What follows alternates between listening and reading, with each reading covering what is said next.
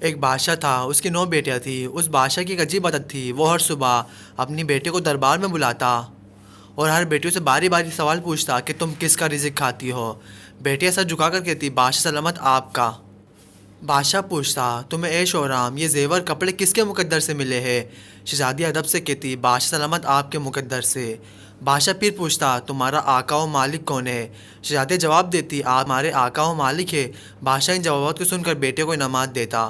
بادشاہ کی 9ویں بیٹی یعنی سب چھوٹی شہزادی پہلے تو ناسمجھ تھی، مگر جیسے اس نے ہوش سنبھالا ان باتوں پر غور و فکر کرنا شروع کر دیا۔ شہزادی نے سوچا ایسی باتیں کرنا کفر بلکہ شرک ہے، ہمیں رزق اللہ تعالیٰ دیتا ہے، ہمارا مالک ہمارا رازق اللہ ہے۔ بچوں، جب شہزادی نے یہ باتیں سوچی تو اس کا ایمان اور مضبوط ہو گیا اور اس نے سوچا مجھے ہر حالت میں حق اور سچ کہنا چاہیے۔ اگلی صبح بادشاہ نے پھر سب بیٹوں سے سوالات کیے۔ جب چھوٹی شہزادی کی باری آئی تو اس نے ادب کے ساتھ سر جھکا کر کہا، شہزادی نے کہا بادشاہ سلامت آپ میرے والد ہیں، جبکہ میرا مالک میرا خالق میرا رب اللہ تعالیٰ ہے جو میری تقدیر کا ہی مالک ہے اور وہیں مجھے کھلاتا پلاتا بھی ہے۔ عزت اور ذلت بھی اللہ کے پاس ہے۔ یہ صاف اور سچا جواب سن کر بادشاہ تو آگ بگولا ہو گیا۔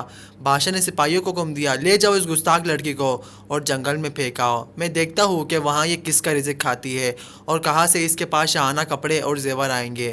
سپاہیوں نے شہزادی کو جنگل میں پھینک دیا۔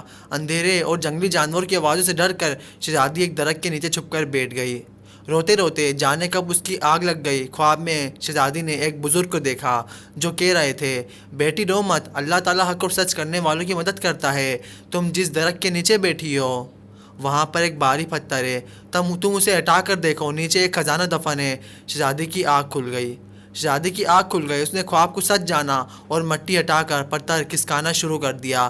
پوری رات کوشش کرنے کے بعد بالآخر پتھر ہٹ گیا اور اندر سے ایک صندوق نکلا جس میں ہیرے جواہرات اور سونے کے زیورات بھرے پڑے تھے۔ شہزادی نے پہلے اللہ کا شکریہ ادا کیا اور ہیرے جواہرات فروخت کر کے شہزادی نے ایک عظیم الشان محل بنوایا۔ شہزادی نے اپنے لیے قیمتی کپڑے اور زیور بھی خریدے۔ پھر ایک دعوت نامہ دے کر شہزادی نے بادشاہ کے پاس بھیجا۔ بادشاہ نے سوچا کوئی غیر ملکی شہزادی میرے ملک میں آ کر ٹھہری ہوئی ہے، اس کی دعوت پر مجھے ضرور جانا چاہیے۔ اس نے ملکہ اور شہزادیوں کو بھی ساتھ لے لیا۔ محل میں جا کر اس نے اپنی بیٹی اور اس کے ٹھاٹ بات دیکھے اور چکرا کر رہ گیا، حیرت کے مارے اس کے پلک تک نہ جھپک سکا۔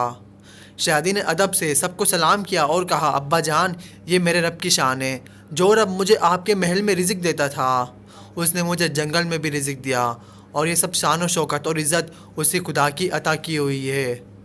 بادشاہ بہت شرمندہ ہوا اور اس نے رو رو کر اللہ سے معافی مانگی اور اپنی بیٹی سے بھی، اور پھر سب مل جل کر ہنسی خوشی رہنے لگے۔ اس کے بعد مل جل کر سب ہنسی خوشی رہنے لگ گئے، ہنسی خوشی رہنے لگے سارے کے سارے۔